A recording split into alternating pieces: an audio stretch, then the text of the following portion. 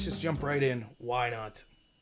Yeah, sorry I'm a little late. Was talking to Mike there from the Patriot Hour. So yeah, welcome to the Super Panel Post Show, which I bogarted and just took from everyone. I do it myself because I have a big mouth and I need to say more. Now, thanks for being here. I'll probably run until 1 a.m. Yeah, why not? Let's give her a go. So yeah, if you're coming from the Patriot Super Panel on Mike's channel, which was the Patriot Hour, thank you for being here. I thought it was a really good show. So let me start by saying, hey, what's up, WZ? Sorry I don't have my roll of toilet paper here today, side, but it's still up, still unused. Let me start by just talking a little about the panel, and I'm probably going to go off script on the panel here tonight because there are other things I want to say. But if you're coming from the panel, like, one of the things I really like about Mike and, Frank, Joe, SJG, Drone Tech, we don't agree on everything. Like, we're texting each other, having disagreements with stuff all day. So, I appreciate that we could have a civil discussion like that. And, that crowd, Mike's crowd, is more of a crowd that's more in tune with, like, things like Q, and they're looking at things on a different level. And I was talking to Mike after the show, and I was like, listen, it's important to have people looking at things at a different level. So if you're someone, even though it seems like I've been trashing people that believe that it's a good thing that Trump did this for whatever reason, let me say this to you. I trust that you're a good American. I trust that you're a patriot and you want the right things done. Of course, you don't want people to lose their jobs or have a pandemic. I trust all that. I'm just looking at things on a level that's more, I guess, superficial. And on that level, I have a gut reaction to question everything. And I'm not going to have faith in something unless I could definitively prove it myself. And so anytime I see, like, talk of purposely collapsing the economy or infringing on our rights to the point, which I've never seen in my life with these lockdown orders and just telling people they can't open their small businesses and things like that, I'm skeptical. I'd be skeptical if it was Trump. I'd be skeptical if it's Pelosi. I'd be skeptical if it's Bush. I'd be skeptical if it's Ron Paul. I don't say, look, this is never justified. I'm not such a libertarian that would say, I will never accept any intrusion of rights on me. All I'm saying is, you have to really sell the case to me. I mean, picture it this way. Let's say, maybe you all watching here, some of you that have been here a while, you're like, hey, Rob seems like a decent guy. I kind of know him a little, just online, but maybe I know him a little. If I showed up at your door one day and was like, listen, trust me, you have to sign your car over to me right now. You have to do it. You would be like, okay, I like Rob. I like what he says politically. He seems like an honest, authentic guy.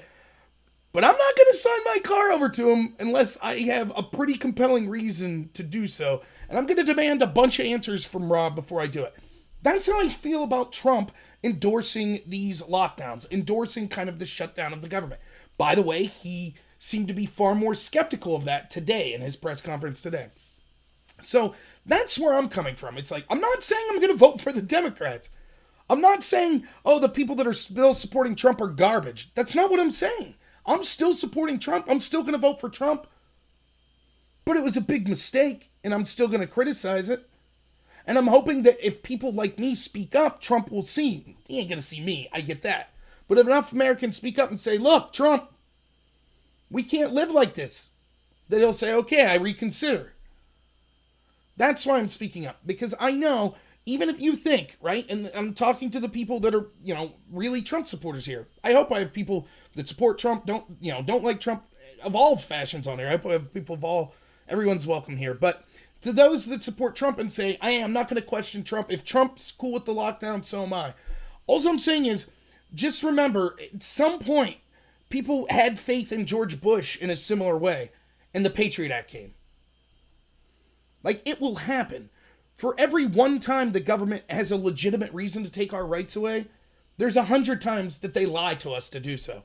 That's how we ended up in this position in the first place. They lie. The government sucks. The establishment sucks. They outsourced manufacturing to China. They wanted globalization. They wanted open borders. They wanted policies that led to people defecating on the streets. They wanted policies that said, oh, it's racist to try to protect ourselves from China because blah, blah, blah. That's what they wanted. So that's what led us here. So you shouldn't just blindly believe anyone, even the good people in that group, to say, no, listen to this. So, that's PDX Scout. Don't turn liberal on me now. Far from it. The criticisms I have of Trump is that he's acting too liberal. He's acting too socialist. That's not me saying that I'm becoming a socialist or a liberal or that I'm going to vote Democrat. Quite the opposite. Again, remember, Trump was endorsing policies that had Ilhan Omar tweeting positive things about Trump. Do you think Ilhan Omar is turning MAGA? Or do you think that some of these policies that Trump endorsed were more aligned with her? Because I don't think there's any chance that Ilhan Omar is turning MAGA. I don't see that. If we're unwilling to criticize leaders that we respect, if we're unwilling to question when they ask us to infringe on our rights, then we've lost the game. Because I know Trump's not going to be as nefarious or corrupting as the next person. I know that. And they're going to ask for the same thing. They're going to say, hey, it happened under the last administration, and no one said anything. So we'll get to that in a little more. So having said that, I'm not trying to trash people that support Trump or that believe that there's some big plan. I'm just telling you where I'm coming from. Now, I know a lot of people say to me, Rob, no. You got to look deeper. You got to look deeper, whether it be someone that says Q, whether it be someone that says this was all planned for decades. It's part of an intentional global economic collapse and a paradigm shift. Whether it be someone that says George Soros or Bill Gates manufactured this, or people saying, it's a bioweapon, it's not a bioweapon. I get it. But let me just explain to you what my channel is here. One, maybe I'm just not as smart as people that are looking deeper than me. That's fine. I don't claim to be the smartest person in the world. Second, my channel is what I wanted my channel to be, and I hope that it is my authentic voice and speaking up for normal America. And trying to convince normal Americans, and by that I mean just blue-collar workers, but you could be in the city, you could be in rural America, people that just have been left behind, the middle class, the lower middle class, people that want to work for a living and basically want to be left alone. I welcome anyone on this channel. I'll talk to anyone, I really do. But that's who really I feel doesn't have a voice anymore.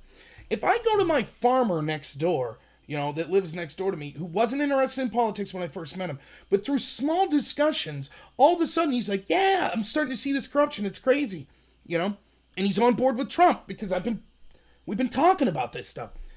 If I go to him and say, like, look, you got to accept your small business, your sister owns a restaurant. You got to accept it being collapsed. She's not going to be able to reopen it, but it's all going to be cool because there could be some plan where we're intentionally collapsing it so that we could arrest Hillary Clinton. He ain't going to buy that. He's going to say, see you later. I'm going to go help my sister. And that's where I'm coming from. Could I be wrong? I guess. But if I'm wrong, I would expect the people that are really running this plan to say, hey, you know what? There's some guy like Rob. Yeah, okay, maybe he should have been more informed, but we respect the idea that his tendency was to ask questions and be against blindly accepting the government saying we need to take your rights away and collapse the economy. So that's where I'm coming from. That's full disclosure. And as certain as some people are as, no, I understand what this is about. It's this big plan. There's another person that is also certain, but they have a big plan that's different. So I default to, it's real simple.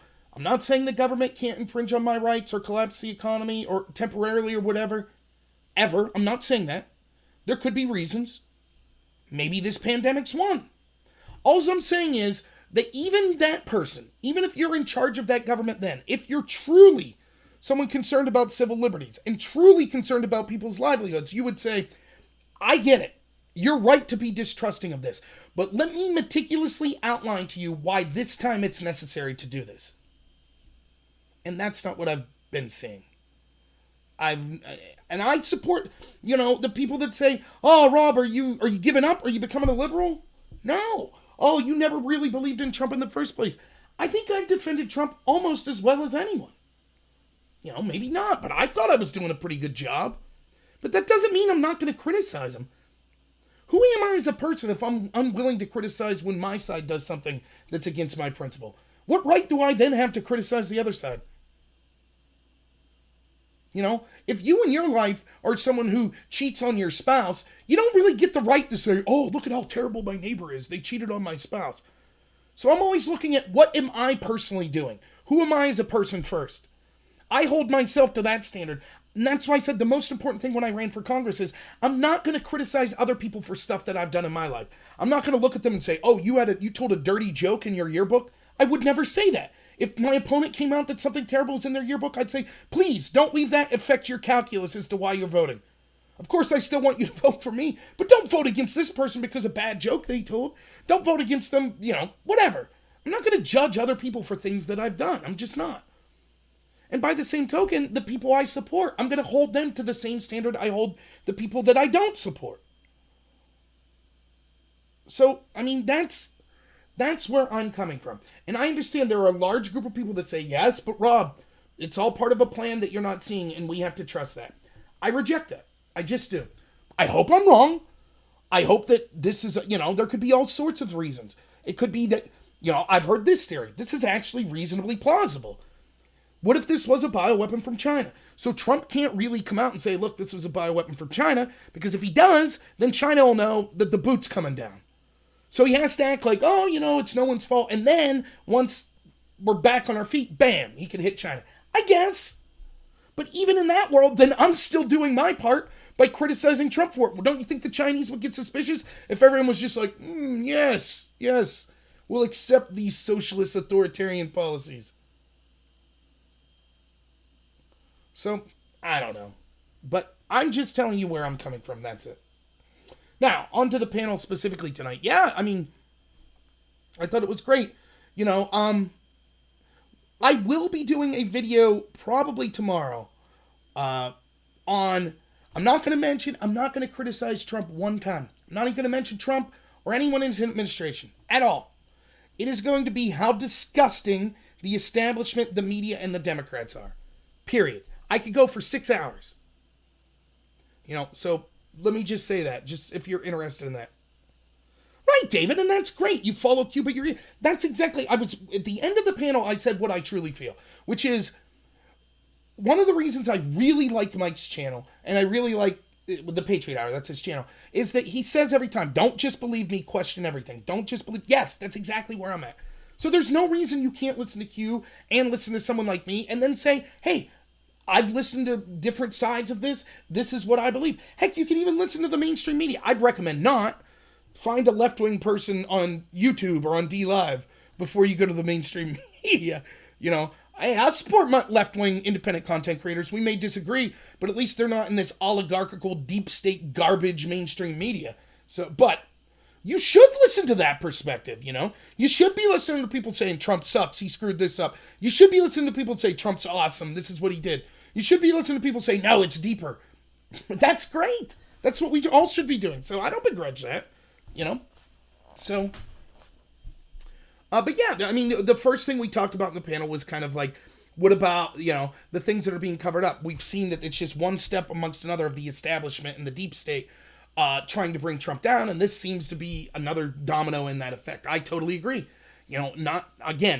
I'm someone that'll eat crow when I need to. I predicted Elizabeth Warren would be the nominee. Wah, wah. Bad guess there. So I'll tell you when I'm wrong.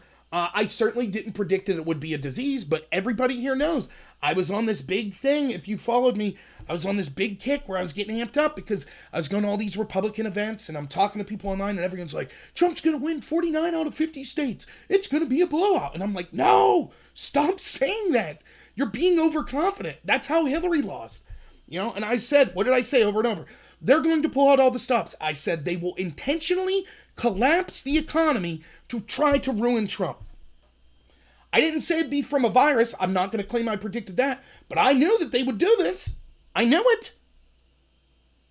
Now, is that saying, well, the Democrats, they manufactured this virus and released it? No.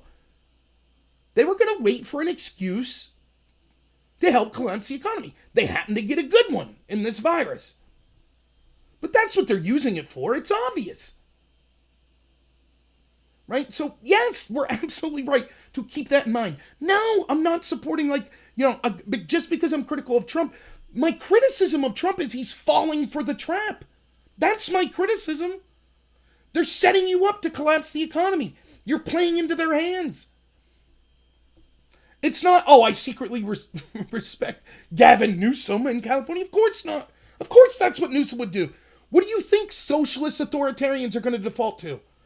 Increasing their power, taking rights away from people. That's all they know. Of course that's what they're going to do. It's the one move in the playbook. More power for me, less rights for you. That's it. That's the Democratic Party in a nutshell. Redistribute. Well, you don't deserve your money, give it to me. I'll decide how it goes. You don't deserve your rights.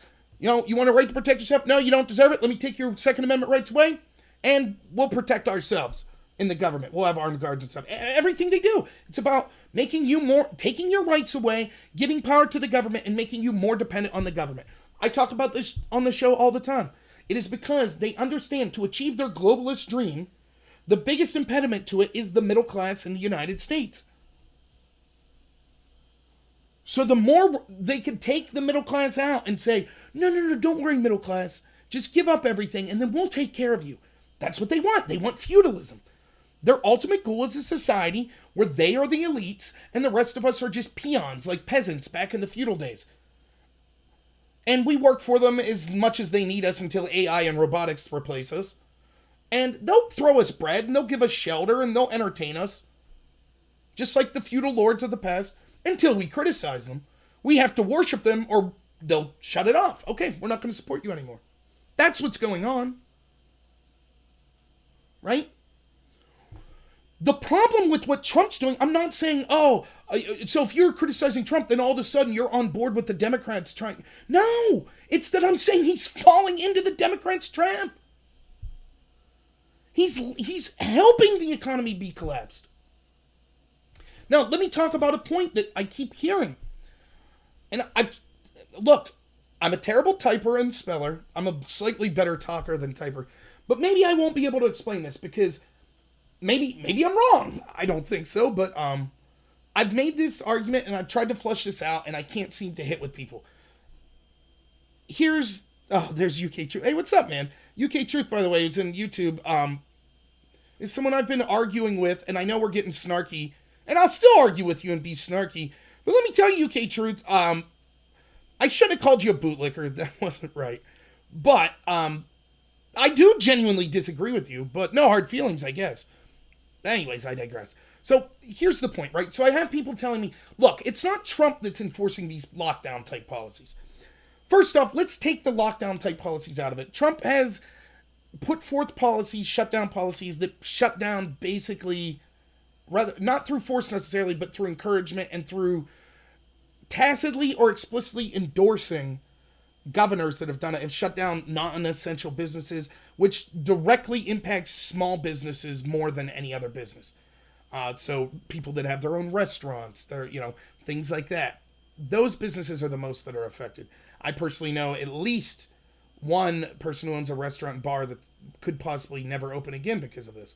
I know independent contractor truckers and their job, even though they haven't been shut down, their job is hauling oversized load houses. Well, the people that make the houses, the modular home factory closed down. So now they're out of a job, even though they're an independent contractor. And the mortgage ain't going to wait. The electric bill's not going to wait. I mean, they could put it off even if they pass legislation. Nonetheless, those are the people I see really suffering. That is happening with the tacit or express endorsement of Donald Trump. Then we get to the idea of these lockdowns that you see. Pennsylvania, it's not so bad, though. I do have to have papers to say I'm an essential worker. So if a police officer stops me, I have to present papers that say I'm an essential worker. Same's in Ohio. I think Michigan's doing that. New York, maybe. California. 20% of the country and growing is on a lockdown. Is it full martial law? No. But it's certainly an infringement on your rights. It is an infringement. I've had people tell me it's not an infringement on your rights. It is. It's an infringement in your right to assembly, your right to a livelihood, and things like that. And no, my love of federalism and state rights doesn't mean the states get to supersede your Bill of Rights rights. That's just not true. But I digress. Let me get back to the point. The argument people are making is, it's not Trump, it's these governors. So I shouldn't criticize Trump.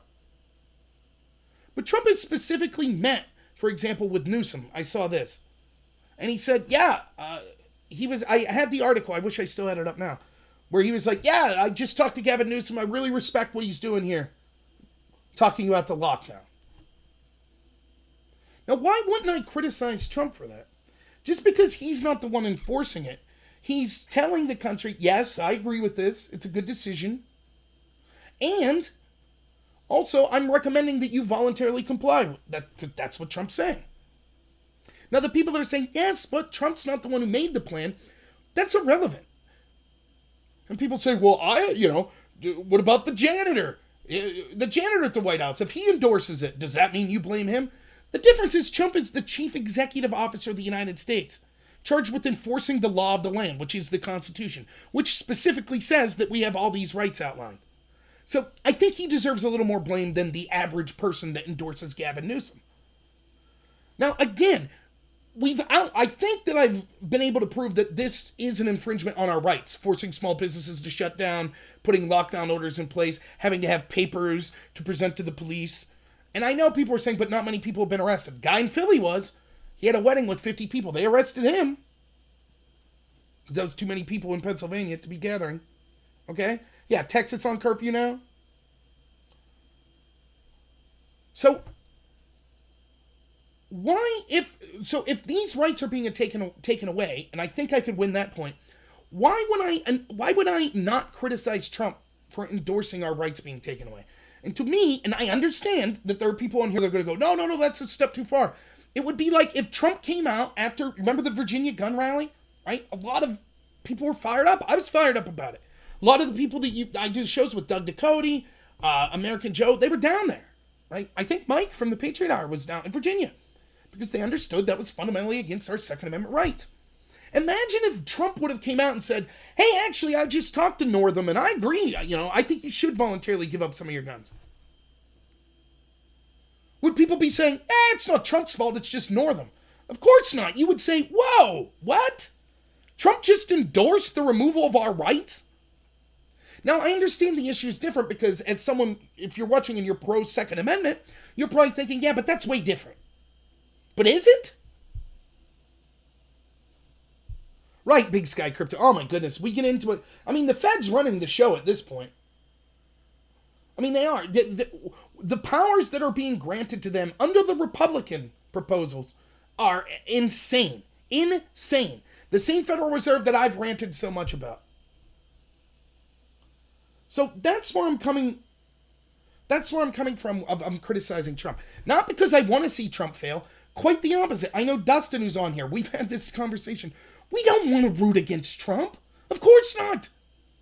The other side, it's so far gone. It's so far obviously globalist, authoritarian socialist. I could never consider rolling with them, voting for them. I couldn't. But I don't want to see Trump just be a less bad version of them. I want to see Trump be exactly what he should be. Is Trump, did he go for this lockdown because he's just a really bad guy? No, probably not.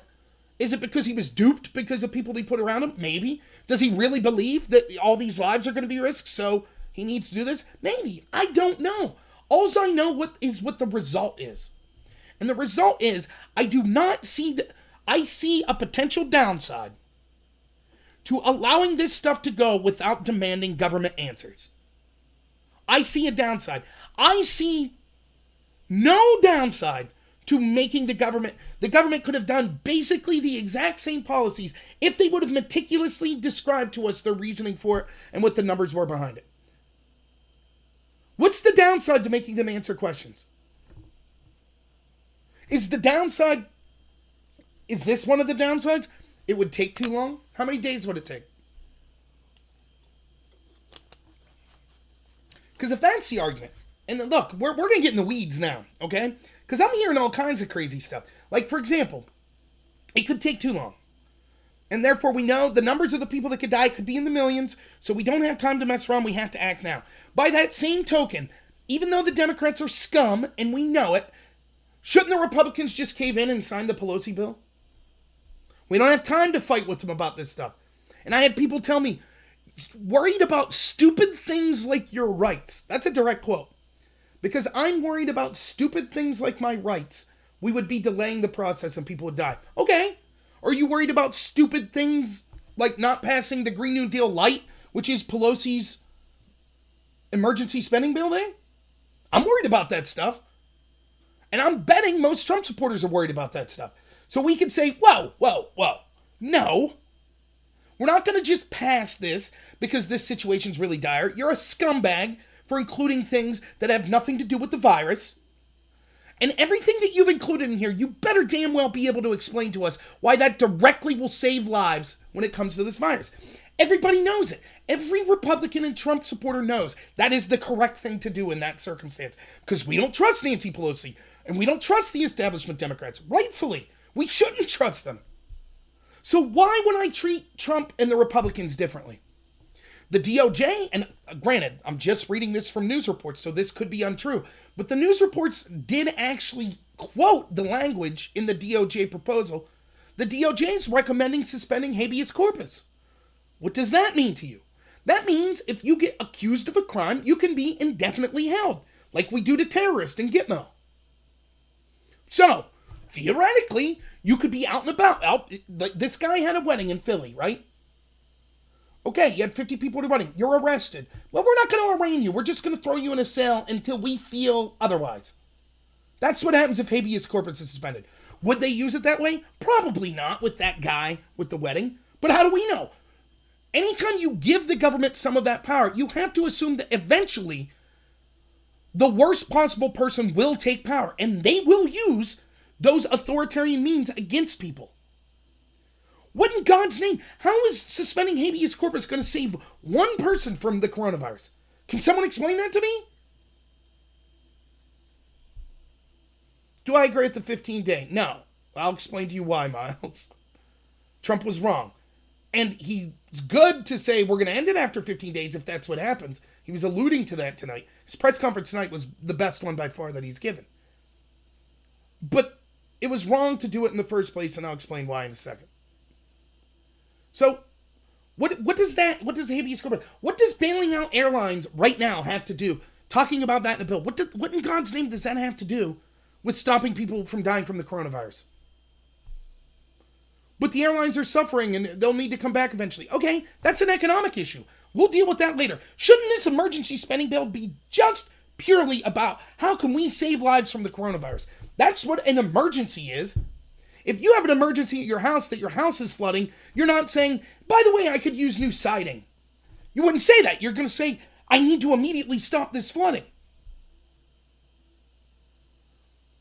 So if I can question the Democrats and their garbage proposal, why can't I question the Republicans' proposal? Why do I just have to accept it or lives will be lost? The same with Trump endorsing these lockdowns. Why do I have to accept these lockdowns? Now, why am I against the 15 days? Okay, here's why. Full disclosure, I, like all of you and everyone who's agreed or disagreed with me, has no freaking clue how many people this virus will kill. And not only that, I have no freaking clue how many people, the people surrounding Trump, have said this virus will kill, or how many will be infected, how long it'll last, etc. Those doctors are making far better educated guesses than me, I'll grant that. But they don't know, and I don't know specifically what they're telling Trump. As far as I know, today was the first day that Trump's actually given a number. He said 50,000 might die in a bad scenario. Okay. Why weren't these numbers being presented to us at the outset? Now, I know my friend UK Truth says he claims he's personally done the research and found the numbers himself. But even after, he says 1.2 million people will die. He says if we look at the mortality rate and assume this disease will infect as many as the flu, which is 60 million people a year, which I didn't verify that number, but I'll give him the benefit of the doubt, then that would mean that 1.2 million people would die at the current mortality rate. Only problem is that's not true, because the current mortality rate as of yesterday, when that was said, was 1.27%, which would mean 700,000 people would die, which is still a grotesque number. But see, even those numbers, so already the numbers given from someone who was confident seems to be doubly inflated. Now, he explained to me, but the reason is because he's considering people still in serious condition. And something like 2/3 of the people in serious condition have ended up passing away. So if we factor those in, that brings the mortality rate back up to around 2%. And I'll give him the benefit of the doubt that he's using good faith to discuss that. The problem is that doesn't take into account that all of the numbers, as we've seen the mortality rate from March 8th, that was 4.2% fall to March 23rd that was 1.27%. There were people in serious condition that entire time. Yet the numbers still fell. Why? Because if you think about it, it makes sense. Right? This isn't, it sounds complicated, like, what, all these numbers, but think about it. What's a mortality rate mean? What percentage of people that get this disease die from it? Okay, that's easy enough to understand. If a bunch of people are getting the disease, but no one really knows about the disease, like imagine that this whole hysteria wasn't out there. No one even talked about it, and then all of a sudden the coronavirus hits the United States. Most people wouldn't know they had the coronavirus. Most people would be like, oh man, I'm having trouble breathing. It's like a respiratory thing. I'm going to take a couple days off work and I'll be back at work. And most people, it doesn't get serious. 95% of the people worldwide, it doesn't become serious that are infected by it. So those people are probably not going to get checked. Now, the 5% that it's serious, they're going to go. And of that serious, if 60% of them die, then we would say, my God, 60% mortality rate for this disease. But that's not true because the 95% that were healthy aren't getting tested. Now, as tests are increasing, the mortality rate's falling, because a lot of people that were not exhibiting symptoms or had very minor symptoms are now being diagnosed as having the coronavirus, which means if that pool of people, it's still the same 400 people that died, but instead of thinking, oh, there's only 10,000 people that have coronavirus and 400 died, now we're saying, oh, it's actually more than the 10,000, but it's still 400 that died. So that mortality rate's going to fall. Where will it eventually get? I've seen CDC numbers talk about around 1%. You're probably looking at something. That's still horrific, by the way. Don't get me wrong, it's still horrific. If UK Truth's right and 60 million people are infected and 1% die, that's, if I'm not mistaken, that's 600,000 people. I mean, that's horrific. Or is it 60,000? No, either way. I'm bad with math. All those zeros. Okay, so we're getting off in the weeds here. The point is, even people that think they know what's going on, they don't know. That's why it is incumbent on the government when they are going to do something like, and look, I know people are downplaying this. I'm fully confident saying this. I've never seen measures like this in my lifetime. You might think that these measures are justified, but don't be dishonest. This is crazier interventions into the market and into the economy and infringement on rights as far as like lockdowns and telling certain businesses they can't be open. I've never seen anything like that in my lifetime. I've seen in one instance in my entire life, I worked at a Burger King in this town, New Bethlehem, and the police knocked on the door and said, look, there's a flash flood. You guys got to get out of here now for your safety. That's the one time I've ever seen the government shut down a business. Even in snowstorms and stuff, it's like, hey man, if you can get to work, go. We might recommend you not go to work, but we're not going to tell you have to shut down. So that's the only time. One day, which was an immediate hazard that you could see, and it was just that it was built in. When the waters recede, you could come back. I don't have a problem with that. This situation's different. It clearly is. So let's get to the nitty-gritty. Let's get to the meat. What exactly am I saying? I'm not saying that the government intervention can never be justified. I'm not even saying that the government intervention that we see that happened couldn't be justified. I'm saying, though, that in order to justify these interventions, two things must happen. And they're basically the same thing. One, the government must answer many basic questions that would justify why they're able to do this. And second, every American should demand that the government answer those basic questions before complying and cheering for these loss of rights and interventions. The founding fathers knew that. They weren't going to just accept an infringement on rights and say, well, the situation looks dire. The government doesn't have time to explain it to us. They're not going to do that. Now, what are these questions? Okay, there's a lot, and they all make sense in individual ways, but I'll just get to the most basic ones. The first question is, what is the worst case scenario without any government intervention?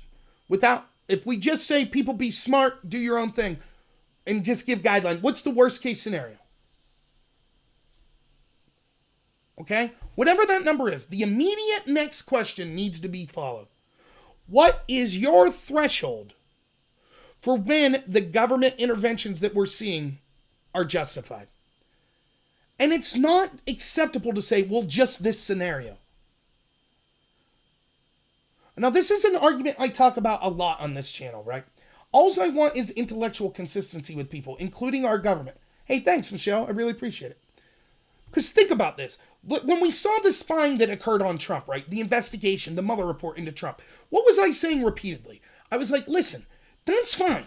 If you're going to say that contact with the foreign government, like Trump's team supposedly had, is warranted of raiding his lawyer in the middle of the night and having this Mueller independent investigation that goes on for 2 years, etc., that's fine.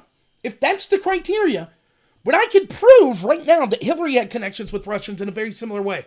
So why isn't she being investigated in the same way? That's why it's important before these sorts of things happens to say to the people in charge, outline to me this specific criteria that needs to be met before you can engage in these actions. What's the specific criteria for when you're allowed to use opposition research to spy on a presidential candidate? Give me the specific scenario. Because if you can't, if you just say, well, it was justified with Trump, but not with Hillary. Why? Well, because we'll just find these little nuances. That's what always will happen. This is something that Socrates talked about. You have to define your terms, right? If you don't define your terms, you end up in this sophistry debate where people just keep moving the goalposts, changing the definitions of terms, etc. It's the same thing here. We're just using that logical extension. Define your criteria for when these actions are necessary. If your criteria is, if 10,000 people may die of this disease, that justifies these government interventions we saw. Okay, then explain to me why that doesn't happen in the normal flu season that kills 10,000 people. Why is it different now? So there has to be an explanation. Okay, you got your number of how many people could be affected. Now, what is your threshold for when this action should be taken? And if the government says, well, our threshold's just this situation, they're full of it. Because then every situation that arises there on out, they'll say, well, it's just this situation. Well, it's just this situation. So get them to define it. That's why we have laws. The laws can't be written to say, we'll arrest you if we feel you're a bad person. Because a corrupt police officer will always say, I feel you're a bad person. You're under arrest. Instead, they have a direct, now granted, it's abused and the laws are written shadily, but there is actual text you could see of the law. So you could say, did this person violate the law? Did they not? If you leave them to change the text every time they want to charge someone with the law, then there's no law.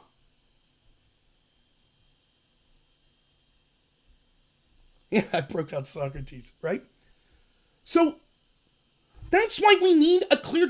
Now, maybe the government's threshold is this. We think the threshold was possibly, and it doesn't have to be a specific number, don't get me wrong, 100,000 people may die of this. That's our threshold. Okay. That's at least an answer. Now the public's starting to get an understanding. Because the next year, right, if the Democrats, God forbid, win, and they say, oh, here comes the flu, we need to shut things down. You guys agreed with it under Trump? Oh, this is going to be a really bad flu season. We'd say, well, wait a minute. How many people will possibly die? 10,000. Yeah, that doesn't fit the criteria. Sorry. We asked you guys last year, and you said 100,000 when you started to enact policies like this. Just having that threshold argument alone, thank you, WZ, just having that threshold argument alone goes a long ways to ensuring that this doesn't set a precedent that, non-necessary reasons are given to strip us of our rights or collapse the economy in the future. But it's not just the impact, right? In the debate, we would talk about this. There's actually 4, but I'll save the 4th one for you. Yeah, it's complicated. The 4th one's complicated. When you're dealing with impacts, what an impact is the ultimate end game. Tell me what you're really worried about. Tell me what the real impact of this is. Right? So theoretically, I could say, oh, this will cost 1 million jobs. You could say so. What's that mean? Job loss?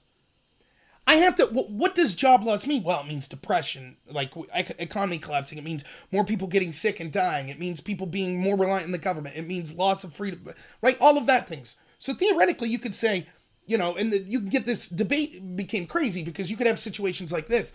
You could say, your plane causes nuclear war and it causes us all to die. And people would say, yeah, that's a good thing. Your impact is we all die. I'm impact turning you to saying, yes, of us all dying is good. Because we're killing the earth and saving the earth is the most important thing. Obviously a garbage argument, but you would hear this in debate. But then I might impact turn you and say, well, actually, yes, you're right. Humans are killing the earth, but the earth is evil and it deserves to die. You see what I mean? So you have to weigh impacts. You say, this is the ultimately what the impact is. And there's three ways. How do we compare which impact is worse? Because here's another little secret. I know it sounds jargony, but I'll make it sense for you here in a couple seconds. The truth is everything has a cost-benefit analysis. What is the cost of your plan? What is the benefit of your plan? There's a cost-benefit to inaction. If we do nothing, what is the cost of that? People will die of this virus. What is the benefit? Probably won't hurt the economy as much. So we're weighing all this. And that's what we should do. And yes, reasonable people could have disagreements on these cost-benefit analysis, but it's important to be honest and discuss them. And the way we weigh cost-benefits is we weigh the impacts. So the first way we weigh an impact is magnitude. In other words, how big is it? How many people will die? How many people will be infected, right? Versus the magnitude, perhaps, of a destroyed economy. How destroyed are we talking? How many people are out of work? How long till there's a recovery? That's the magnitude. The next thing we look at is time frame, right? So I keep talking about the Green New Deal, and people say it won't be used for that. The time frame of the Green New Deal, like climate change killing you, what's the magnitude of climate change? It kills us all. That's what we're told, right? But what's the time frame? Well, it could be a millennium. Okay, right? Then saving 1 million lives today is probably more pressing than saving the entire world 1,000 years from now. You see what I'm saying? So even though the magnitude's bigger, the world ends.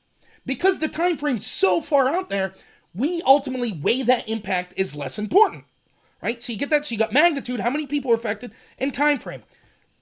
Here's the other big one. The time frame's not really important with this current scenario.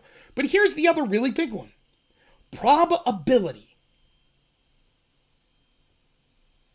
Now this is what's incredibly important here. It's not just the magnitude of how many people could die. Because I could say, I'm sure there's a doctor out there that's saying, and I've heard people say this has the potential to kill 200 million people throughout the world. Has the potential to kill 5 million Americans. Okay, but how likely is that? Well, not very. It's probably more likely it kills closer to 50,000. Okay, we have to weigh that in. If you're willing to just look at magnitude, and this is the problem, and by the way, this is something that the Democrats and the establishment are absolutely fantastic at doing, and that is they just show you the magnitude. And then they don't tell you the truth. The probability is really low, but they scare the crap out of you with the magnitude and then say, we demand your rights, we demand to redistribute money, right? That's why they're saying, oh, kids in cage, the magnitude, even though the kids in cage, the magnitude's different. We're talking about the magnitude of rights violated, right? As opposed to deaths. But that magnitude would be a high magnitude. Oh, a kid with the rights violated. But how often does that happen? I guess that's more of a... But you understand what I'm saying? The probability argument. How likely is something that... The Democrats are expert at this. The establishment is expert. So, for example, we were told terrorism theoretically could kill us all. It could. They could get hands on a nuclear weapon or a biological or chemical weapon and kill us all. It could. What are the chances of that happening? Not very good. But because they scared the crap out of you with that magnitude, they passed the Patriot Act. That's what the Democrats are trying to do with the Green New Deal. How dare you question it? Climate change will kill us all. Kill us all. Kill us all. Kill us all. But what's the probability of that? What's the time frame of that? Doesn't matter. You don't care about lives dying?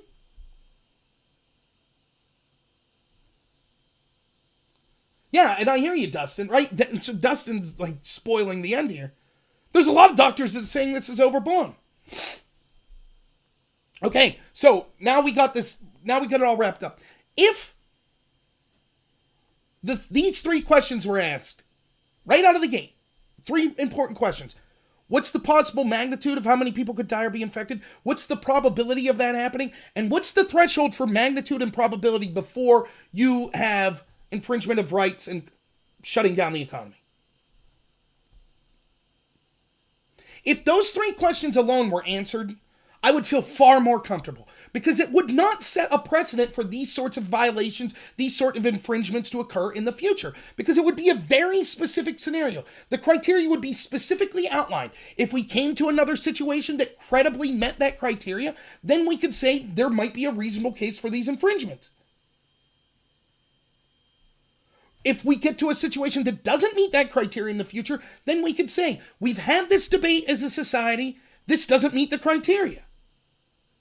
Now, those questions aren't hard to answer. The threshold question, you don't even need a scientist. The government just needs to tell us, this is hypothetically the situation that would warrant this type of intervention. That's it. You don't need a doctor to tell you that. It doesn't matter. Is the coronavirus going to kill 50,000 or 500 million? It doesn't matter. You already have your threshold. The government has a threshold. Once it gets to around this number, then we start to intervene. That's it. What is that number? If that number is ridiculously low, then the government's telling you that every flu season, just like that, they can take your rights away. Remember, 35,000 people a year die of gun violence. If they're saying, look, once 20,000 people a year start dying, we got to intervene. That means, guess what? They're coming for your guns. And you've acquiesced to it. You said, yep. If you're someone who supports that without them answering questions. It'll be too late once they do it. If you're someone who, if they say to you, well, the magnitude's so huge, so we don't even have to discuss the probability, guess what? Green New Deal's coming down the pipe.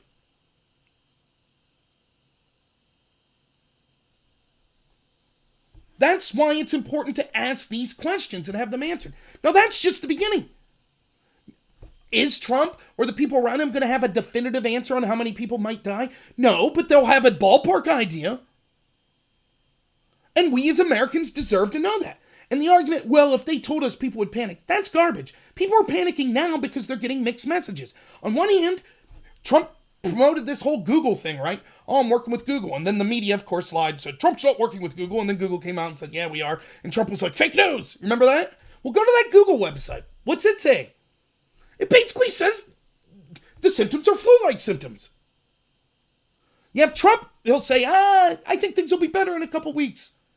I don't think it's that bad. Things will get better, right? He's saying that, but at the same time, he's endorsing lockdowns. There are mixed messages. That's all I'm saying.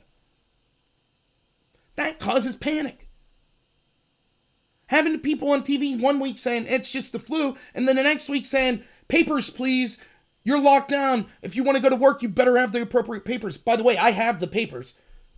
I had papers sent from my work saying I'm an essential worker. I have to have them if I'm traveling in certain areas. So that's a mixed message. That's causing panic. So we got those first three questions. I'll just give you one more question that needed to be answered. Okay, we know the magnitude, the probability at this point of if the government basically just does no intervention. We know the threshold for when the government thinks they should intervene in whatever way they're proposing. Now the next question is, what is the cost of the intervention? How much will that destroy the economy? How much will that destroy people? How many people might commit suicide as a result of the economy being destroyed? How many people might get sick in different ways as a result of the economy being destroyed? By the way, the fourth impact calculus, time frame, magnitude, probability, the fourth one we call case turn. And that is, what is your impact? And I will prove that if my impact is triggered, it makes your impact worse. So in the case of a Great Depression, the economy completely collapsing, do you think more people get sick or get healthy? Oh, they get sick. Do you think climate change gets worse or better? Oh, it gets worse because when people get poor, they tend to use more natural resources more recklessly. Do you think, take any issue, do you think that makes sexism worse or better? Makes it worse. All we have to do is look at the hierarchy of needs. If you can't afford to eat, then all that other crap that the progressives tell you about, guess what? None of it matters. So the idea of, well, illness could destroy the economy. The virus could harm the economy. So what? We're going to intentionally wreck the economy to prevent the virus from wrecking the economy? No way. Makes no sense.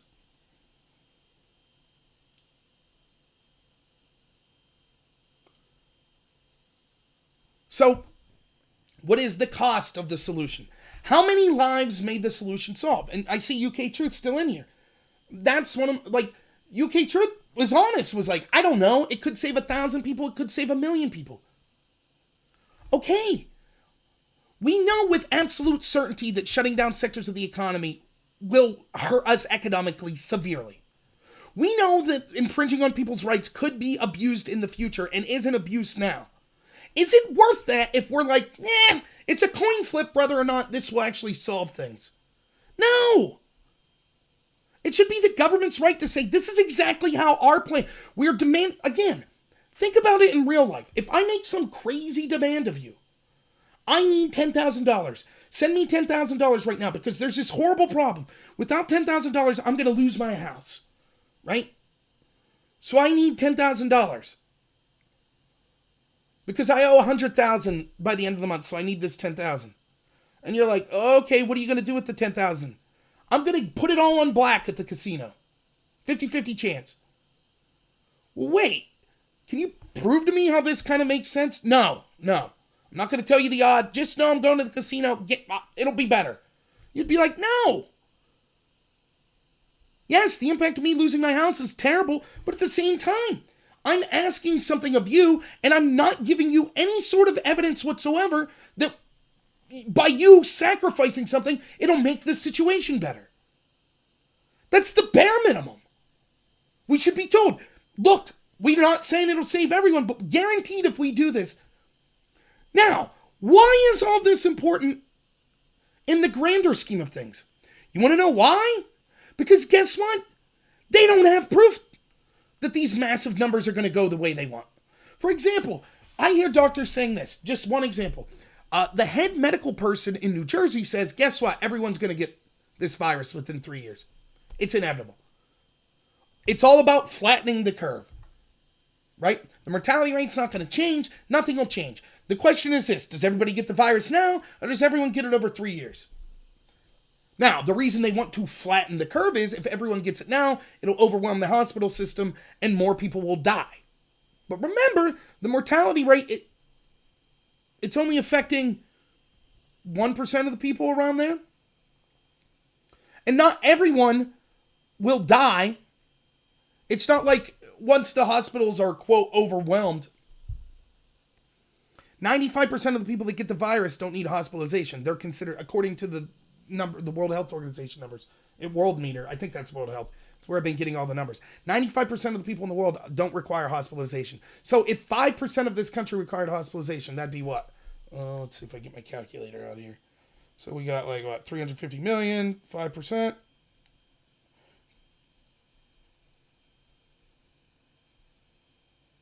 Yeah. That'd be 17 million people that need hospital beds. I don't know how many hospital beds we have in the country, but remember, it wouldn't all be at the same time anyways. And then, yeah, it'd be a tragedy. But how many people will be saved by spreading that out? We don't know, because they didn't give us the numbers.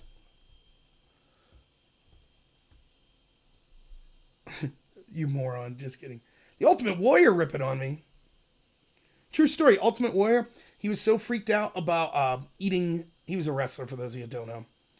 He wouldn't eat like sugary stuff, so sometimes he'd make his wife bake cookies and he'd crush them up and just sniff them. That's a true story. But if we don't know, why take the right? Why intentionally collapse the economy if you're like, we don't know if the solution will work or not, but we got to try something? No. It's not the end of the world. Yes, a lot of people could die, but it's not the end of the world.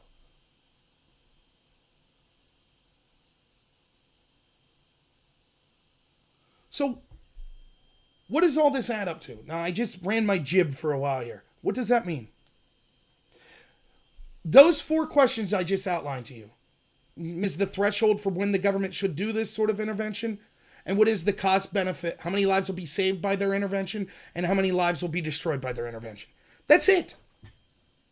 There are other questions that should be answered, but those 4 basic questions, if they can answer all them, and the majority of Americans are like, yeah, they've been transparent, they've been honest, if they're honest, but I'm willing to accept this. But that's not how it worked, is it? Just like it wasn't how it worked under the Patriot Act. They didn't tell you this is exactly what we're worried about. Here's the chance of it happening. Here's exactly why us looking in at your emails and giving no privacy to you will be able to solve terrorism, because it never does. See, spoiler alert. How many terror attacks have been foiled because they're checking out, your old Navy emails that you're getting about an old Navy credit card? But they're checking, aren't they?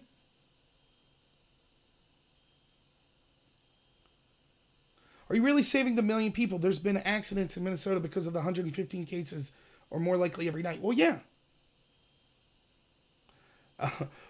Right. It's causing more harm than good in a lot of cases. Absolutely. This is my web around is what it's called. I know I'm not close enough to the camera.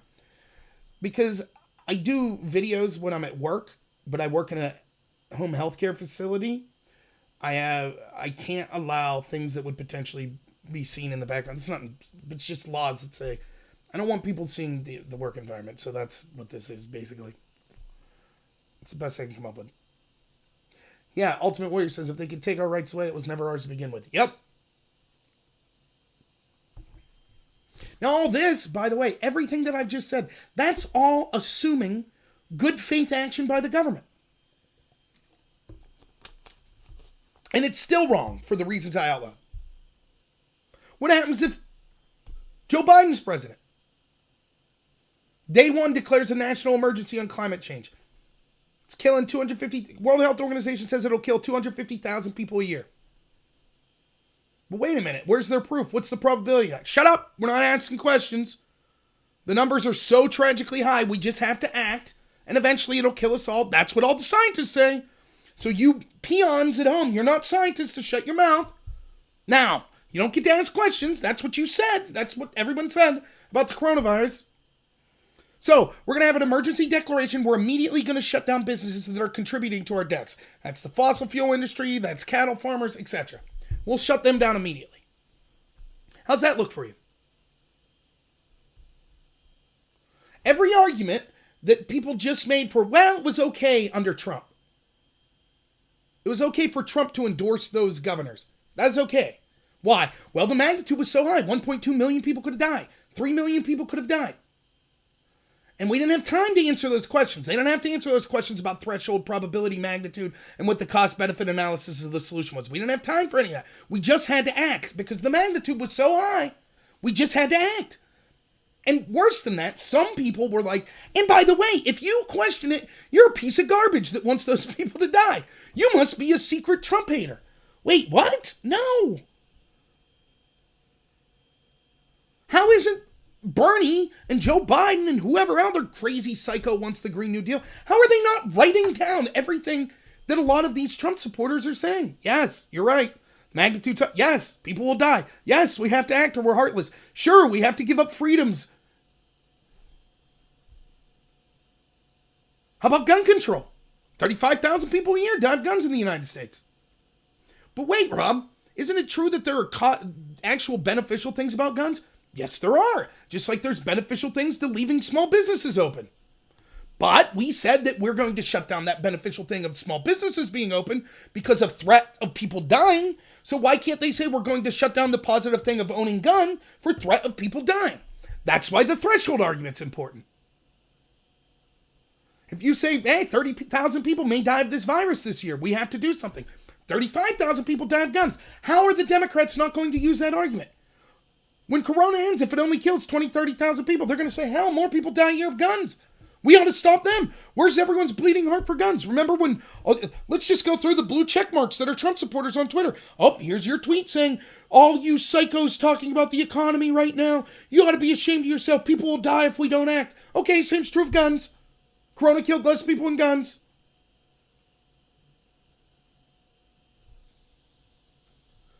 What are you going to say? Oh, it's different now. Now we should demand answers from the Democrats when they want to take away our rights. Too late. You already gave all the answers for why we shouldn't demand answers. That's my concern. That's where I'm coming from. Now, yes, have I been kind of a pisshead about it? Sure, I have. I'll admit it. But that's because you don't get mad at the people. I know my friends that are socialists are going to say, yeah, lock her down. Screw small businesses. We don't care. Everyone should rely on the government. Nationalize those industries. Of course. That's what those people are going to say. You can't win a fight if you're fighting all angles. The thing we had going for us that was going on with Trump and the supporters, even if it wasn't Trump, even if Trump was making mistakes, There was a movement of people that started to say, we don't trust the media. We don't trust the government. We're sick and tired of this kind of attempts to have massive government encroachment. We're sick and tired of, policies that screw over the middle class. We're sick and tired of outsourcing to China. We're tired of being told we're racist if we want to control immigration, things like that. That movement was there. That was something you could put your back against. These people had your back. And now, what am I saying? I'm like, we got to convince that great middle, the people that are ignorant or in the middle, we got to convince them. This is why the establishment Democratic Party is insane. This is why we need to challenge them. Look at the crap that they're pushing. And we're making inroads. We're making inroads. We're making inroads. And now all of a sudden, that surface that I had my back against, these people were like, yeah, don't trust the government. Always ask questions, blah, blah, blah, blah, blah. And we're selling that message. We're making inroads. We're making inroads. People are not trusting the media anymore. Just like that, gone. Boom. Fall flat on your back. Nope, we have to unquestionably accept what the government tells us now. Because our guy's doing it. And you're a terrible person if you disagree. And it's like a shock. You're like, wait, what? I'm being accused of being a Democrat because I'm against massive government takeover of our country? That's exactly what the Democrats want. I'm being accused of being a member of the media or doing the media's dirty work because I'm criticizing Trump for going along with the media narrative? That doesn't make any sense.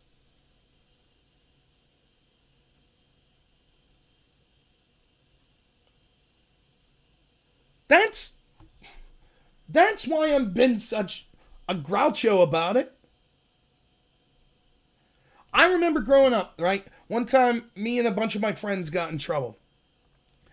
And my dad was furious with me. It was something like, it wasn't a big deal, but just little kids. You do something stupid and my dad was really ashamed and angry with me. And then I got grounded for a whole bunch. And the next day I saw some of my friends. My dad's talking to them like, hey, what's up? Blah, blah, blah, blah. And I was like, hey, why aren't you mad at them? You chewed me out. And he's like, because you're mine. And the lesson is, you're harder on the people that you love. You're harder on the people that are your allies. If you're going to demand the other party do something, then you get even more upset when your party does the same corrupt stuff that you're complaining about. That's where my passion and anger comes from. If we've fallen so far that Trump supporters are uncritically and unquestioningly accepting this massive government takeover, then we're back to square one. Now I can't even spend my time trying to convince the middle of the country. I got to go back to trying to convince Trump supporters. That's what I'm talking about. And yes, I know. Am I necessarily, when I'm angry and yelling at people, is that the most effective strategy? Maybe, maybe not. To each their own, I guess. People tell me all the time, why are you so mad? Why, blah, blah, blah. Look, I'm a happy person outside of this channel. I am. I think people should get more pissed, is what I think. I think if we had people more pissed, then maybe we wouldn't see some of these government infringements. My work's considered essential because I'm in the healthcare field. Now listen, let me just throw a couple things out you real quick before we move on from this. I could have taken a job that would have been a pay increase for me, though I had less hours, so whatever. Working with Trump's campaign. I did not get that job for various reasons. I wouldn't have been able to have a social media presence, was one of them. So it was a financial hit to me to not take that. I have lost subscribers since I've been criticizing Trump. I personally am an asthmatic, which means that I'm in that portion of the population that if I get the virus, I might be in a lot of trouble. So the only reason I'm telling you this is I keep getting accused. Your stance, you're doing stuff for your personal benefit. I am not. I'm still at work. I'm considered essential. So it's not like, oh, I'm arguing with this because I want my job back. I'm one of the people that could die from the virus. Now, I'm not asking for sympathy. I don't want any of that. I'm just trying to tell you, I am being authentic. This is who I am. I'm not saying this because I think it benefits me. If I wanted to endorse policies that benefited me, I'd vote for Bernie because I got $90,000 in student loan debt that he would erase. But I don't because it would destroy the country. I should not be at work. I don't really have a choice because I do home health care and no one will do it, and I'll be all right. I got an inhaler.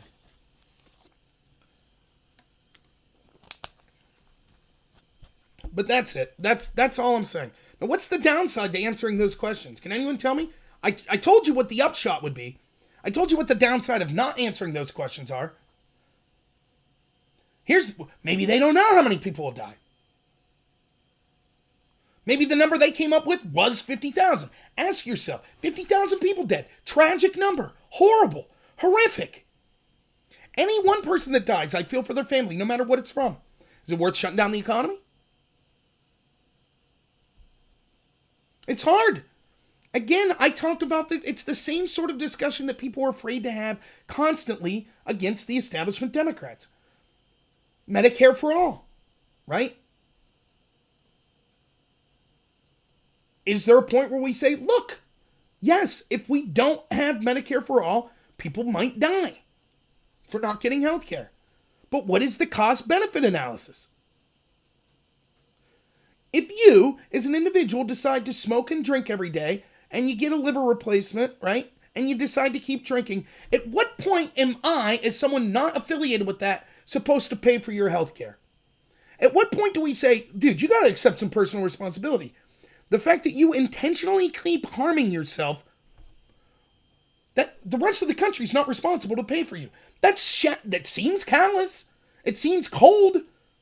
But what are we going to do when the alternative is, okay, then we're all going to go bankrupt and no one will have health care? But Republicans don't want to have this. The truth is, every single one of us are willing to accept the loss of human life for the quality of our life to be increased. Every single one of us. I could prove it to you right now. Car crashes kill around 50,000 a year, I believe, people in the United States, right? Now, we could virtually eliminate all lethal car crashes by lowering the speed limit everywhere to 5 miles an hour. You willing to accept that? Or is your convenience and the fact that people would literally die if we lowered the speed limit to 5 miles an hour because it would destroy the economy so much that you wouldn't be able to get medicine and food and travel to healthcare, etc.? Do you weigh that and say, sorry, yeah, we have set the conditions up that we understand, and it's pretty predictable. You're going to have a certain amount of people that die in car wrecks every year. But we live with that as a society. It's tragic. No one wants someone to die of a car wreck, but it's the truth. So we have to, why would it be any different all of a sudden now? And that's why, people are saying it's not like the flu, but I'm not saying it's exactly like the flu. But for example, let's go back to the Italy argument. People are saying Italy will get worse. Okay, that's one argument. I'm not talking about that. I'm talking about the people that are saying, look at the dead bodies in Italy right now. Look at the trucks lined up right now. The crematoriums, they can't burn the bodies fast enough right now. Not in the future, not that it's going to get worse, right now. This is unprecedented. Look at Italy right now. It's unprecedented. Only it's not. On average, 2,800 people a month during flu season die of the flu. That's right around where we're at with the coronavirus in the 3 months that it's been around. Tragic, horrible. I don't wish those deaths on people. But it's not the apocalyptic scenario that they're telling you. Now, could it get worse? Maybe. Their situation is completely different than us in the U.S. They virtue signaled and had Hug a Chinese Person Day and had 10,000 people straight from areas that were infected freely working in Italy. Their healthcare system's notoriously bad. That's why 2,800 people a year die of the flu. Where were the people? The people right now that are saying, my God, look at these numbers. 4,500 dead in a couple of months in Italy. Where were they last year when 5,600s were dead in a couple of months in Italy from the flu? I didn't hear word one out of them. How about in 2017 when tuberculosis killed 1.7 million people around the world? I didn't hear a word from these people. I didn't hear a word. It was as if those deaths didn't even register to them. Their lives went on. But now, oh my goodness, if you don't want to shut the economy down, and again, I'm not talking about the hypothetical future deaths. My governor, Tom Wolf, said, look at Italy right now. That's what he said. 4,800 dead? Okay, I'm looking. That's a different argument than it will get worse. That's different.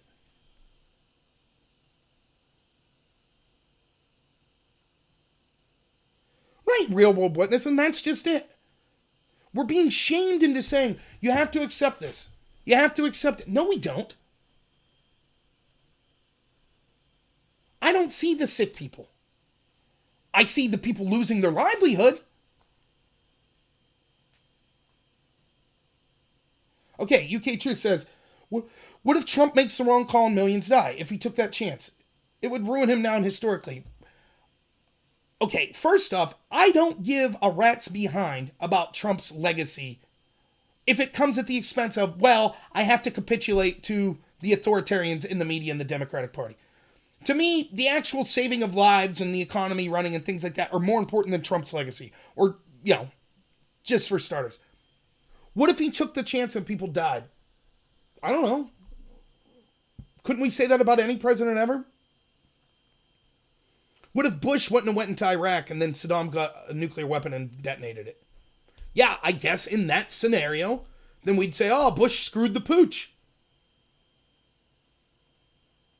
Is that worth the violation of our rights under that very small probability occurring? And again, I'm not saying, let's be real focused about what I'm saying here. I'm not saying Trump definitely couldn't have taken these actions. I'm saying, had he answered those questions, it would have been far more acceptable.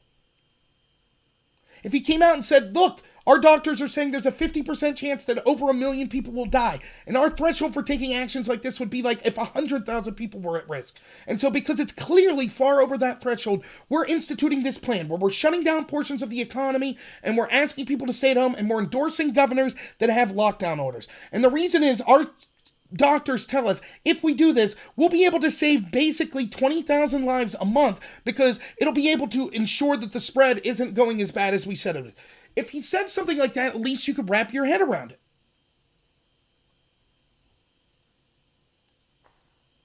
Right. Only the non-essential. Isn't it great? You remember that scene in Gladiator with Commodus, the emperor? And they give you the thumbs up or the thumbs up. That's your life now. Own a business? Essential? Non-essential. Like, right? Now let's talk about this. Here's the reality. No matter what happens, it is non-falsifiable. And again, you've heard me talk about this a lot. Let's go back to the Patriot Act. Was the Patriot Act justified? I say no. The government says yes. And here's why. If the Patriot Act was passed and not one person died of terrorism in 10 years in the United States afterwards, the government would say, see, the Patriot Act saved us all. We were correct to do it. But if we passed the Patriot Act and terrorism tripled in the next 10 years in the United States, they would say, see, we were right to pass the Patriot Act because terrorism is such a big threat. That's exactly what's going to happen after these policies we just saw. Let's say that only 1,000 people end up dying of the coronavirus. Seems very unlikely, but let's say that's the number. They basically stop dying. People aren't going to say, wow, maybe we shouldn't have shut down the economy. They'll say, see, we shut down the economy and that solved it. But if 1 million people die, they'll say, see, we were right to shut down the economy. So there's no way, it's a win-win. Anytime you give the government power, it's near impossible to get it back. They're always going to say, yep, it was justified and we want more. Every time.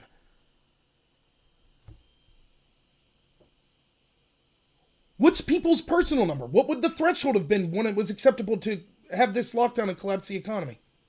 Let's see what the numbers end up being. Trump said 50,000 tonight. Let's say it's 50,000. There will be people that say, the number would have been much higher if we didn't have these lockdowns and things like that. But at the same time, I just saw a doctor that was complaining on Tucker Carlson tonight that was saying the problem is, even though the lockdown's there, no one's following it. So in other words, the lockdown isn't doing crap.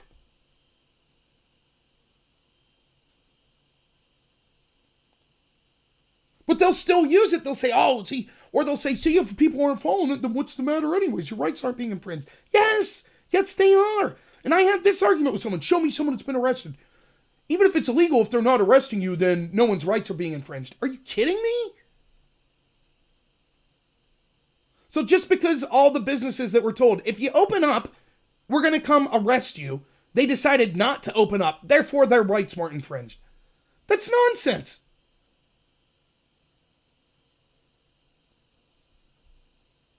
Now, another thing worth talking about. I got all this grief because I was saying, look, we need to weigh the economic impacts versus the lives being lost. And I had a bunch of Trump supporters tell me, that's ridiculous. Oh my God, you don't care about these. Oh my God, are you a never Trumper now? What Trump say in his press conference today? He tweeted it last night. He said it today in this press conference.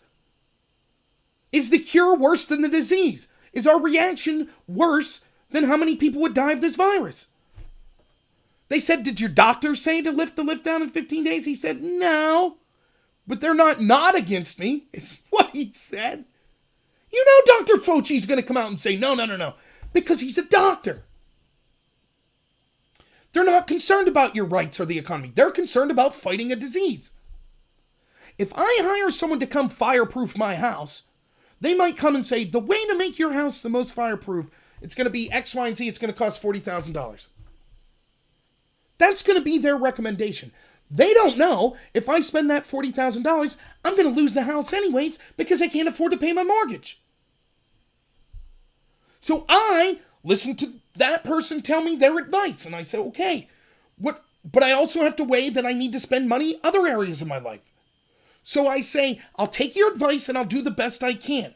But you can't just, if it was up to the doctors, I mean, for God's sakes, the best way to eradicate the disease would be like, don't leave the house anyone until there's a 100% cure. If that's 3 years, fine, it's 3 years. That's how the doctors are looking at it. By the way, that's not a bad thing. Doctors should be singularly focused. But it's not Trump's job to just listen to the doctor. He also has to be weighing what is the impact of the economy.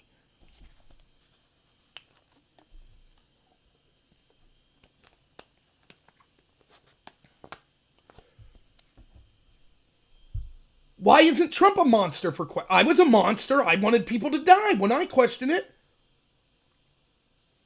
Ian Chung is a blue checkmark Twitter follower I follow. He did a video last night. Little fun video. Little 20-second video on Periscope. He said, for those of you like talking about, oh man, the economy. Don't try to save lives because the economy. Real funny, Ian. Hey, buddy, putting a video out about Trump today? Oh, no, that's right. You're a sycophant. You need those Trump supporters for your Twitter account. So you won't criticize him. You'll criticize rubes like me, because I'm just small potatoes. But once Trump says it, then all of a sudden it's like, oh yeah, it's wise to weigh the economic impacts. It's ridiculous.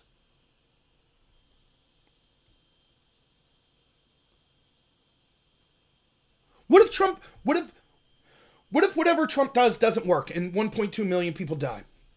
What are you going to do? I guess in that what if, I guess, okay. What if Trump does what he says and then it's used for tyranny it collapses the economy and the U.S. never recovers? What if that happens? I guess, yes. Worst case scenarios like that could happen.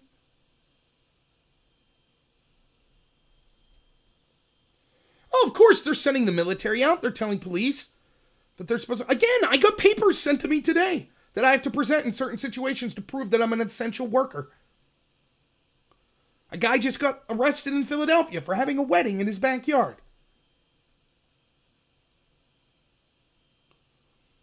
Trump crushed it. Did he? No. It could be the Kobayashi Maru. Am I pronouncing that right? I'm a nerd enough, even though I'm not a huge Star Trek fan, to understand what that is. Right? That was the test that Kirk passed that no one else could. It's supposed to be an impossible test, but then Kirk cheated to pass it.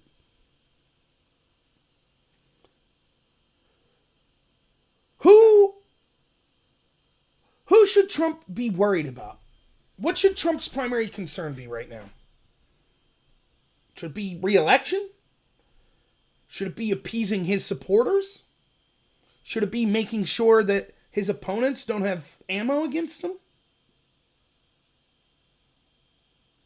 I'd say it's being the most effective leader to balance the economy, our rights, and solving this disease. That's what I would say. All those other things are of distant importance to me. right now. Because we're in a situation unprecedented in my life where we're shutting down huge sectors of the country. I have Trump supporter after Trump supporter tell me, well, he had to do this so the media would skewer him. Oh, so now Trump's afraid of the media and he's capitulating to what the media says? Really? Is that how the rest of his presidency is going to be? Well, if he takes if Trump keeps saying Chinese virus, the media will skewer him. Notice he didn't say it today, by the way. Is that how we want? Is that the effective president you want? That's saying, ooh, I'm walking on edge. Let me give you a little insight here. You want to know one of the reasons why Trump was so popular and so effective? Because, see, basically the entire Republican Party plays defense. They're constantly like, oh, please don't call us racist. Oh, please, media, don't attack us. We're on your side, media. Oh, Democrats, we're really moral people. Yes, we're great people. And Trump came out and basically gave him the bird and said, nah. He went on offense. So if now what people are telling me is, well, Trump had to do this so the media would come after him. Okay, so he's on defense. That's not good.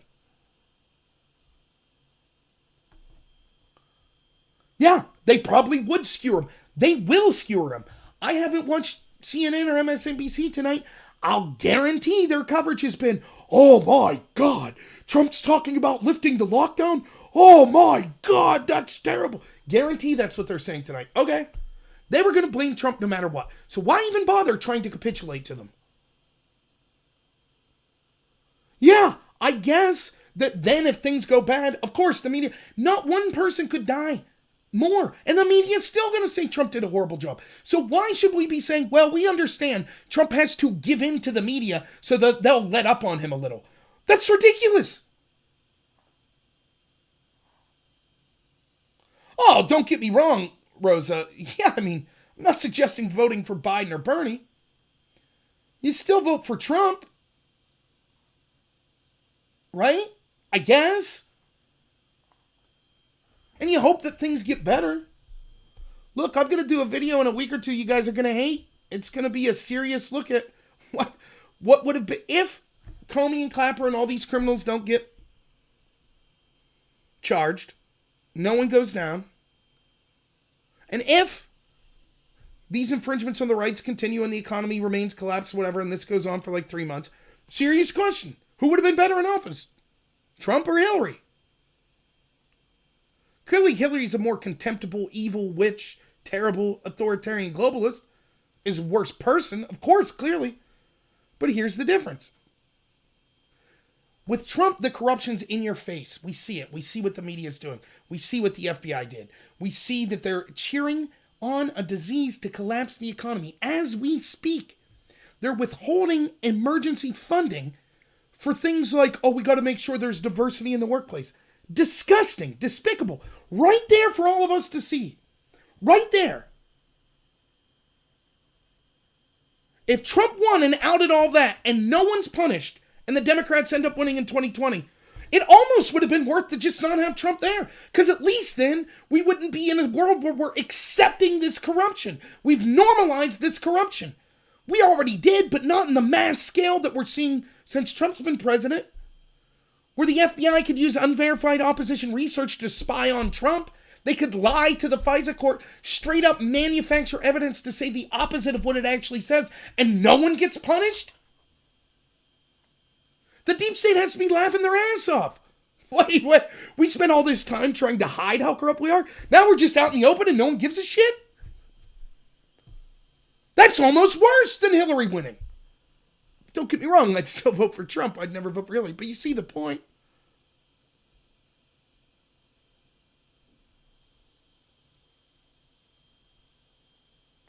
Yeah, Trump did a lot of good things, Ultimate Warrior, to start with. He was right to first talk about the travel ban from China. He was right. Trump was right before this. The first thing Trump was right about this was he was right to directly criticize China for unfair trade practices and the fact that politicians in both the Republican and Democratic Party sold this country's middle class and manufacturing sector out to China in the first place, which makes us dependent on them in our time of need, our biggest geopolitical rival.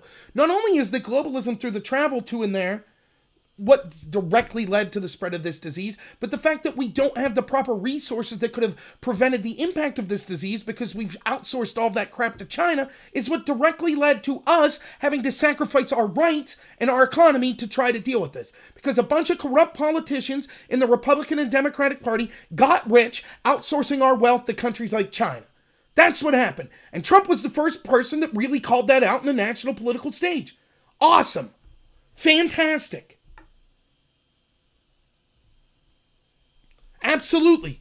He wanted the wall that would have helped prevent this. Yes. Great. Fantastic. No one could take that away from Trump. He was right. But I was talking to my friend Carlos today. I said, it's like Clayton Kershaw, if you guys follow baseball. Clayton Kershaw, over the past decade, has probably been the best pitcher in baseball. But when he gets to the playoffs, he's a shell of himself. He dominates in the regular season, but what games matter more? It's the playoffs. And he drops the ball. Trump did all of this pregame stuff excellently. And then, when the biggest... Okay, here's a disease that people want to use to purposely crash the economy. Okay, Trump? Yep. Okay, you've been good so far, relatively speaking, in this context. So what are you going to do? I'm going to collapse the economy. I'm going to fall right into their trap. Okay, it doesn't matter that he was good in the pregame. Now that we're at the big show, what's happening?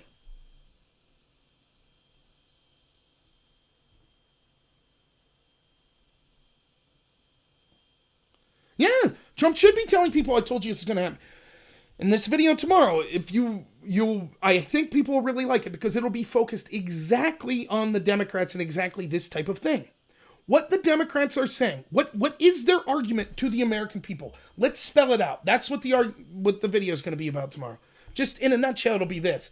Open borders, free everything for everyone, fecal matter on the streets, hypodermic needles on the streets, calling anyone racist that says there could be a potential of an illness or disease spread because of that. And then when they're totally wrong, just so they could feels good and virtue signal, when they're totally wrong, they say, sorry, we were wrong. Hey, middle America that we called racist for suggesting this could be a problem. Now we need to take your money and your rights away. That's the case the Democrats have made.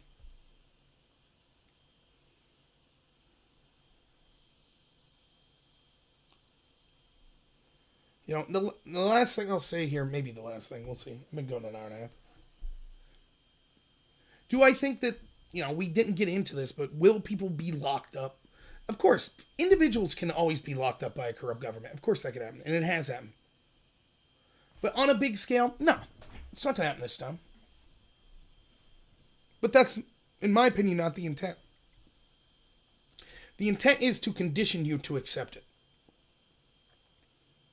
Could people right now, do you think right now that if your governor in whatever state you're in was like, okay, you're on lockdown, plus we're sending out our state police to come take any guns you have, you think that'd fly? I don't. Some people would, but the majority of people that own guns would be like, good luck, buddy. Good luck. What if this happens next year? And then the year after it? And then the year after it? And then the year after it? And then the year after it? And then all of a sudden that 8th year, they're like, yeah, I mean, diseases are almost always killing us, I guess, if it's for the greater good. Because you're being conditioned. And yes, it won't be every year. But there'll be another incident.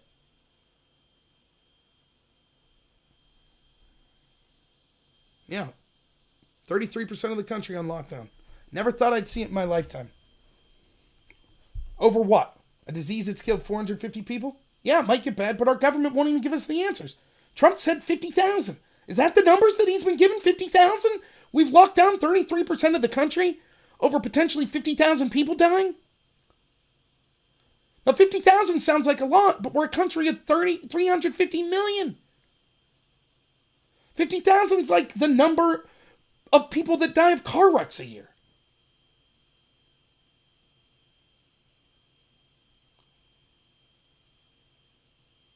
Yeah, okay, Harmony, the people would revolt if they try to take guns. The right to defend yourself, very important, right? Agreed. Okay. Would people revolt if they try to take your First Amendment right away? If they try to take your right to assembly away, do you think people would revolt? Because they're not. Because that's exactly what's happening, and they're not revolting because they've been convinced, oh, it's for the greater good, so I'm willing to have an infringement on this. Why is the Second Amendment unique? The right to speak, the right to your own religion, the right to assemble, that's not as important as the right to defend yourself? But people are willing to give it up. Of course, if they tried permanently, but it won't, they're not going to say we're going to take it permanently.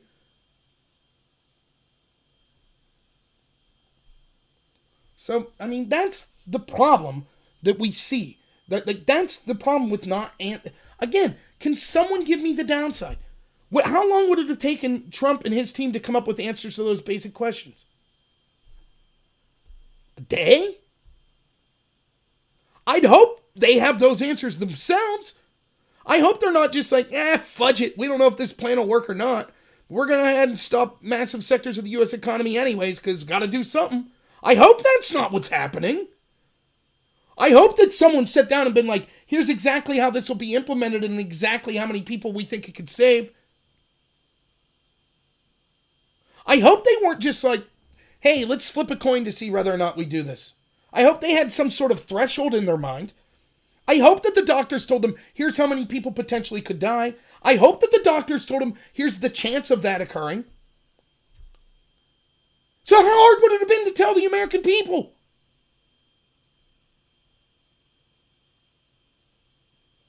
And by not, we've set foot on the path to tyranny.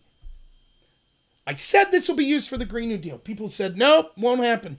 They're right now in their budget saying, oh, race it with a diverse, gotta have women and hired in the workplace and different races, and we're gonna bail out this one school, as my buddy Frank said in the video, we're gonna bail out the post office, and gotta do this, gotta do that, green energy, and airports have to offset the fossil fuel emissions. And you know what the sad part is? You know this. You know it. If you think about it, you know it. Some of that crap, the Republicans are going to accept. Because eventually the Republicans will cave and say, look, we got to get this bill out there. Yeah, we'll take some of this crap. And so right there you have the Democrats exploiting an emergency to get their garbage, globalist, progressive, socialist, authoritarian scumbag crap that has nothing to do with the coronavirus into the bill. But that's okay if the rumors are true, and it's more than rumors because I've seen the reports. Trump's DOJ is talking about suspending habeas corpus. How does that fight the coronavirus?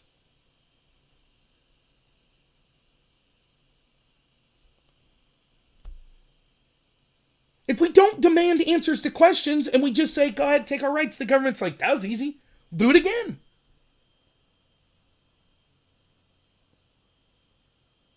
I said,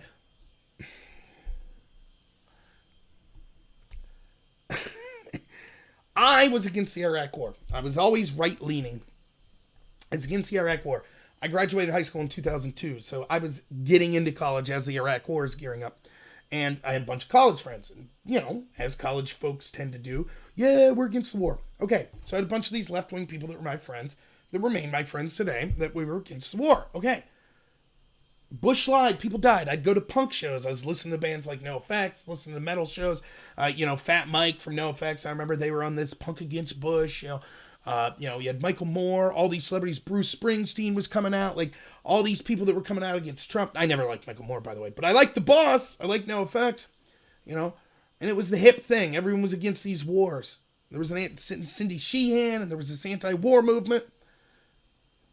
And so I picture this is what happened. You had a bunch of globalist, neoliberal people sitting in a room, and they're like, this sucks.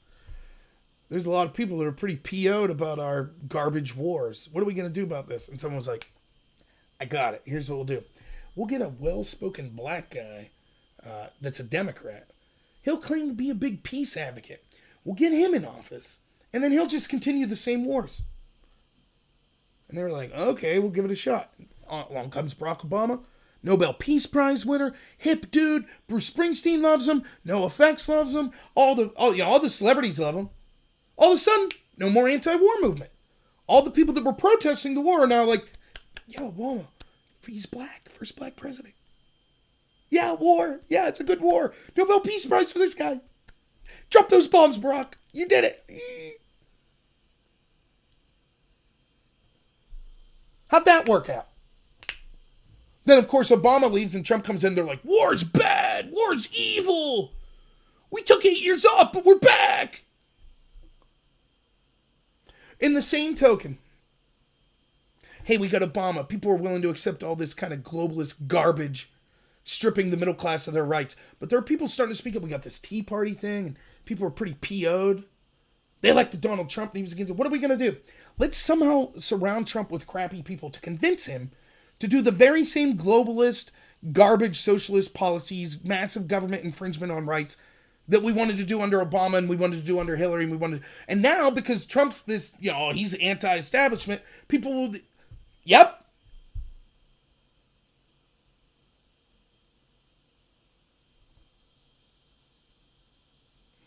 Dean Koontz wrote that? That's crazy. So,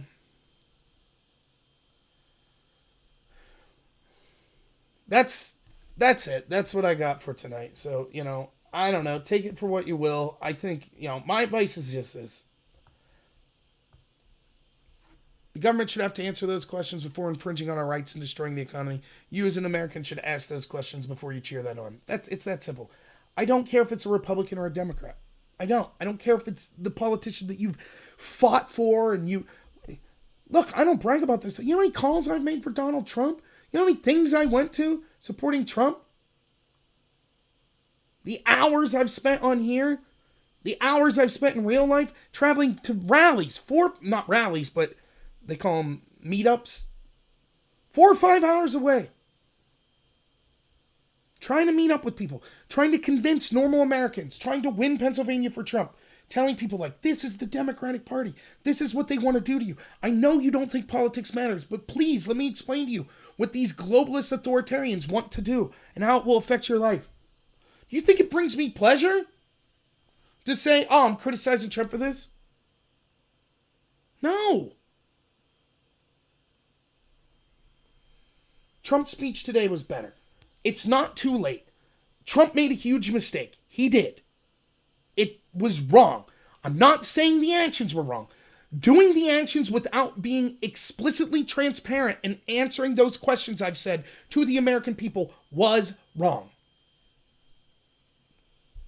But it's not too late to reverse course. Yes, there will be small businesses that will never come back. There will be people who will lost so much in their life savings, their retirement, that money's not going to come back. And all of that was exacerbated by Trump supporting these lockdowns, supporting basically the shutdown of large sectors of the economy. It was. It doesn't matter if he was the one who ordered the lockdowns or if he just endorsed it. That's the truth. He was wrong to do so. But the longer it goes on without him explicitly giving us the numbers to justify it, the worse it becomes. And so he has a chance. Now again, tonight was the first night he said 50,000. I ask you and every American, 50,000 people, is that enough to justify destroying the U.S. economy? How many months should we be on lockdown to save 50,000 Americans? Let's just make it real simple.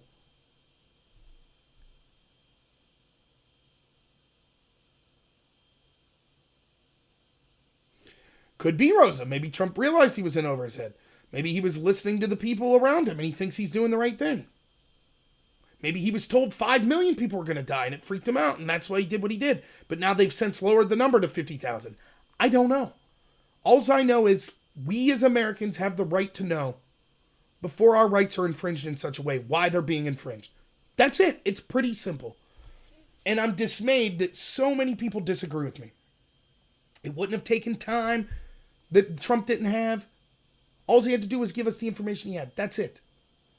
Yes, it could. The only downside is potentially it could have caused panic, but that's non-unique. There's panic now. And it's outweighed by the fact that we've been lied to so many times. This is it. The Patriot Act was the same thing. This is it, man. This time it's for real. Okay? We need to violate your Fourth Amendment right because this time it's the real deal. Because we're all going to die from terrorists. This is a real deal. This time's unique. It's the real deal. Well, can you give me specifics? No. We can't do that. It would jeopardize things. But this is the real deal. Trust us. And then it wasn't. and the bank bailouts, and taking Gaddafi out, and the Iraq War, and overthrowing the Shah, and arming the Mujahideen in the 70s, and installing Fidel Castro, and on and on and on and on and on. Lied to time and time and time again. But this time it's different. This time it's different. You just gotta accept it this time. I ain't buying that. So, if you think, that if there are people out there that think, well, I don't like Rob anymore, I don't like the fact that he criticized Trump, that's fine. But I totally respect that, and maybe there's another show for you. Perfectly reasonable. It really is. Oh, by the way, and it's worth mentioning because I poo-pooed this the other night.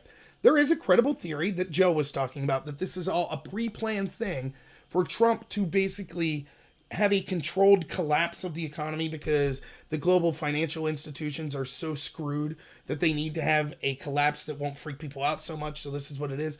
That's fine. I don't care. I'm still criticizing Trump for it. End of story. Why? What not? Even if that's the case, so what? Take my rights away because of this? Okay, that's if it's true. What if it's not true? Think of exactly what I'm cheering for Trump to collapse the economy because we need to collapse the economy. I mean, you gotta be really confident of yourself before you're cheering for millions of people to lose their jobs. You better be damn confident that you have the right answer. Or else you're literally the enemy of your own self and what you want to happen. You're cheering for your own demise then. So, all right. Well, thank you, everyone. You guys are the best. Is there anything? Oh, I should go to D Live and give out lemons, right? Yeah, I don't buy the adrenochrome thing. I'm sorry. I just don't.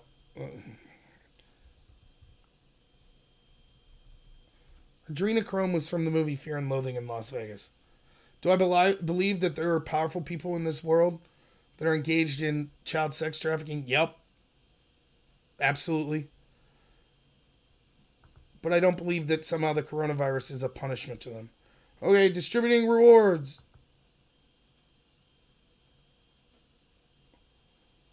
It'll be 30 seconds, it says. So, other than that, my life's doing great, guys. I'm staying safe. I know I said I had asthma and stuff. I'm not worried. If I get ill, I will not be coming to work. I will not risk spreading it, but I'll take my chances myself. I need to work. If I don't come to work, I don't get paid. It's that simple. So, yeah, my life's doing pretty good. I mean, it's weird. It's a weird time to be alive. It's scary. It is. But at least we have the internet for now, right? I mean, like, you still talk to people. We're playing, like, trivia with our friends via, like, Facebook message. Ultimate Warrior and 8-Ball. Big winners. Whoopee! Thanks, Fractal Gears. Yeah, I had a lot of fun. I have fun doing these streams. That's the other thing. People think that I'm, like, I'm in poor mental health because I'm passionate or get angry on these. I'm not. I'm really a happy person. I'm having fun. It's cathartic for me to come on here and kind of voice what's going on. So, that's how I feel. So, yeah, probably tomorrow night, 11 p.m. Maybe I'll do another live stream. I want to do one on everything wrong with the Democrats and what's going on. So, if you're furious at me for criticizing Trump, it will not be tomorrow. Not in my live stream. So, check me out 11 p.m. tomorrow. Thank you all so much. I'm incredibly humbled by each and every one of you. I'm not going to ask for money or anything today. I could use the money for my channel and stuff like that. Clearly, there are bigger priorities. So you do what you can. You save your money to help yourself. I really mean that, Get through these times. Then you could worry about poor old Rob's YouTube channel. But if you did want to help me, you could do so by just recommending me to some other people and liking, subscribing. So that's what I would ask for today. So thank you all so much. We'll talk to you all tomorrow night. I'm humbled that each and every one of you would listen to me, even if you disagree with me. It really means a lot to me. So thanks so much and stay safe.